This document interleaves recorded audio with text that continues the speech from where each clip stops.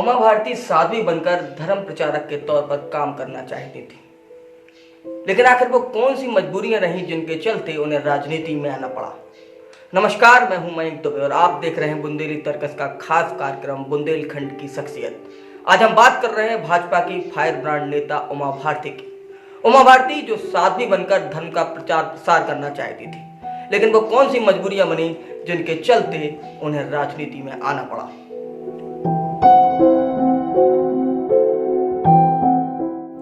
उमा भारती को पूरा देश भाजपा के फायर ब्रांड नेता के तौर पर जानता है, पर बुंदेलखंड के लोगों के लिए वो यहाँ की दीदी है, निवाड़ी की दीदी, टीकमगढ़ की दीदी, पन्ना, छतरपुर, दमोह की दीदी। यूं तो राम जन्मभूमि आंदोलन से लेकर उनके मुख्यमंत्री और मंत्री बनने के कई किस्से से आप वाकिफ होंगे।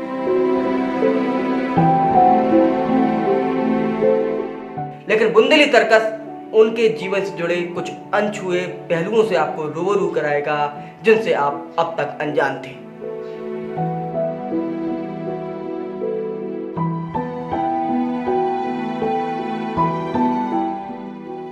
3 मई 1959 टीकमगढ़ जिले का ढूढ़ा गांव, और इस गांव के रहने वाले गुलाब सिंह राजपूत जो किसान थे, उनके घर एक बेटी का जन्म हुआ।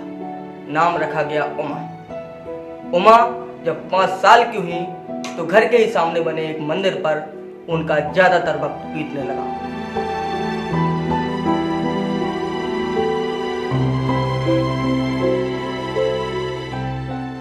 मंदिर के पुजारी से रामायण की पूरी जानकारी लेने के बाद उमा ने इसे पूरी तरह कंठस्थ कर लिया था।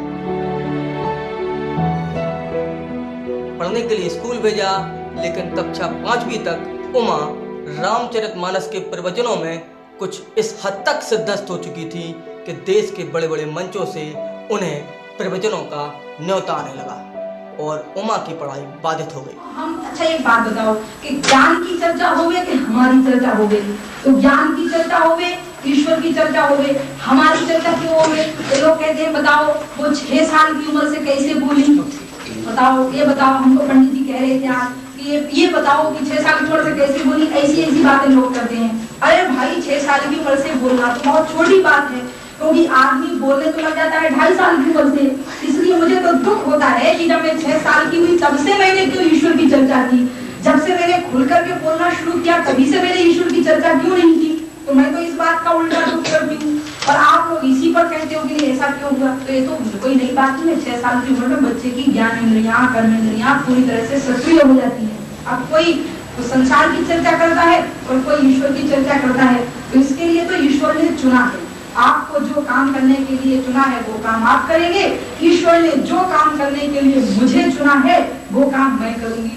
तो मेरे विचार से ईश्वर ने जो काम मुझे करने के लिए चुना, उसमें मुझे 2 महापुरुषों की प्रेरणा मिली। एक तो स्वामी विवेकानंद की मिली और दूसरी दयानंद की मिली, और दोनों से मुझे बड़ी तेजस्विता मिली।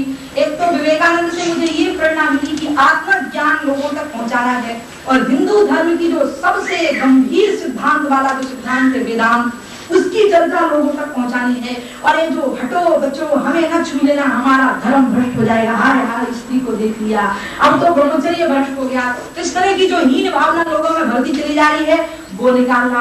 स्त्रियों के अंदर जो भाव है कि हाय हम तो नारी स्वभाव सत्य कभी कही, अब सदा आठ रही, इस तरह की जो भावना महिलाओं के मन में है वो निकालना, वो मुझे प्रेरणा मिली। महर्षि दयानंद से मिली कि ढोंग और पाखंड में जो धर्म में आ गया है उसको निकाल फेंकना, क्योंकि जो धर्म के प्रति अधिक आतुर होता है वो कई दफा गंदे पानी को भी पी लेता है जो बहुत प्यासा होता है।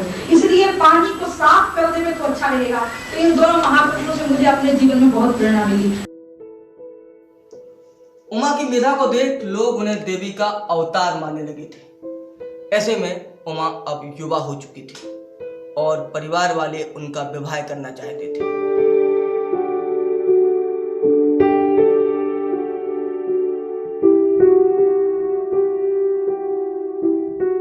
लेकिन उमा ने अपने विवाह के प्रस्ताव को पूरी तरह अस्वीकार कर दिया।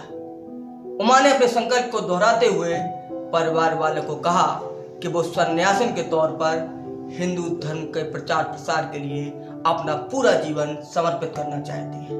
उमा के संकल्प के आगे उनके पूरे परिवार को नतमस्तक होना पड़ा।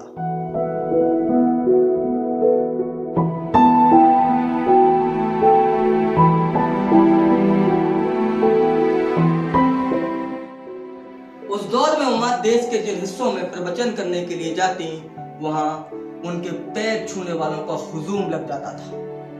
उमा की बढ़ती लोकप्रियता को देख उस वक्त के कांग्रेस के कद्दावर नेता अर्जुन सिंह ने उन्हें लोकसभा का चुनाव लड़ने के लिए प्रस्ताव रखा, लेकिन उमा ने इस प्रस्ताव को ठुकरा दिया और कहा कि वह जीवन पर्यंत हिंदू धर्म का प्रचार प्रसार करेंगे।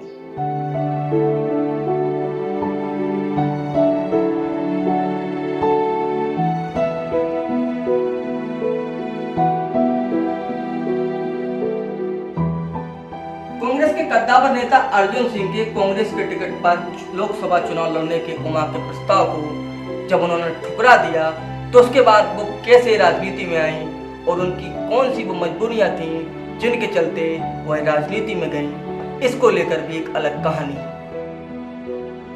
दरअसल जब उमा देश के अलग अलग मंचों पर प्रवचन कर रही थी, उसी दौरान उनका ग्वालियर जाना हुआ। ग्वालियर के कार्यक्रम में राजमाता विजयराजे सिंधिया ने जब उमा के प्रवचनों को सुना तो उनको सुनकर वे बेहद प्रभावित हुई और उन्होंने उमा को अपनी धर्म बेटी मान लिया।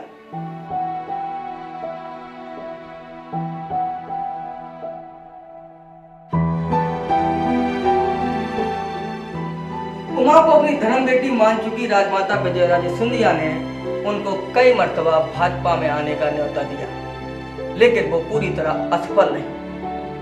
मां होती है। एक बार फिर राम जन्मभूमि आंदोलन की रूपरेखा तैयार करते वक्त राजमाता विजयराजे सिंधिया ने उमा को न्योता दिया, इस बार राजनीति में आने के लिए नहीं बल्कि राम काज के लिए, और अब उमा उन्हें इनकार नहीं कर सकी। जब सब व्यवस्था फेल हो गई और उन लोगों को भोजन पानी कोई देने वाला नहीं, यहाँ तक कि जो पुलिस वाले और जो उनको भी खाने पीने की कोई व्यवस्था नहीं, सब व्यवस्था टूट गई, खत्म हो गई, तो बांदा की जनता धन्य, बांदा की एक एक जनता। मैं कान खोल के सुनो मेरे मुसलमान भाइयों को भी कहना चाहती हूँ, वो हमारे दुश्मन नहीं है। मैंने वहां देखा उदाहरण, एक एक मुसलमान भाई भी खाना बना के लाए, पैसा लेकर आए और खाना दिया और सबको खाना खिलाया। 2-3 दिन तक कहते हैं कि रोज के 20-25 हजार लोगों को वो खाना खिला रहे थे। कितना खर्चा हुआ होगा आप सोच सकते हैं। पूरा उस बांदा शहर, एक छोटा सा शहर है उत्तर प्रदेश का, उन्होंने अपने सिर पर ले लिया। तथाकथित नेताओं को हम गजल और सतर्क करना चाहते, चेतावनी देना चाहते हैं कि आपको कोई अधिकार नहीं इस भारत की इस महान जनता को इस तरह से तुम बदलाओ। और इस प्रकार खुद को अगर समझ के बैठो, केवल स्टेटमेंट देकर, वक्तव्य देकर अगर हट जाओ और फिर उन बेचारे निर्दोष मुसलमान जनता को शिकार बनाओ फिर दंगे फसाद के। ये कहां से आए हैं? मैं कहना चाहती हूं कि केवल मुसलमान नहीं, इससे मैं कहती हूं कि हमारे हिंदू उनसे ज्यादा अपराधी है। मुलायम सिंह जैसे टाइप के हिंदू जो लोग हमारे राम जन्मभूमि को मानते नहीं और राम जन्मभूमि में मंदिर बनाने की बात को जो सामने खड़े होकर रोकते हैं, केवल अपने वोटों की तरफ नजर रखते हुए स्वार्थ में अंधे होकर, हम कहते हैं वो हमारे उनसे ज्यादा बड़े दुश्मन। रामलला हम आएंगे, मंदिर वहीं बनाएंगे संकल्प के साथ उमा भारती ना चाहते हुए भी राम काज के लिए विश्व हिंदू परिषद से होती हुई भाजपा में आ गई। उमा के राजनीति में आने के बाद उनके राजनीतिक बेबाकी के कई किस्से आपने सुने होंगे, लेकिन टीकमगढ़ जिले की गलियों में उनकी बेबाकी का एक किस्सा बेहद मशहूर है, जब उन्होंने जिले के एसपी को उल्लू का पट्टा बोल दिया था और उसके बाद यह खबर अगले दिन अखबारों की सुर्खियां बना था। आज बुंदेलखंड की शख्सियत के इस खास कार्यक्रम में इतना ही। हम फिर बुंदेलखंड की किसी बड़ी शख्सियत के साथ, उनके जीवन के जुड़े अनछुए पहलुओं के साथ आपके सामने फिर हाजिर होंगे। अभी मुझे मयंक दुबे को इजाजत दीजिए और सब्सक्राइब कीजिएगा बुंदेली तर्कस।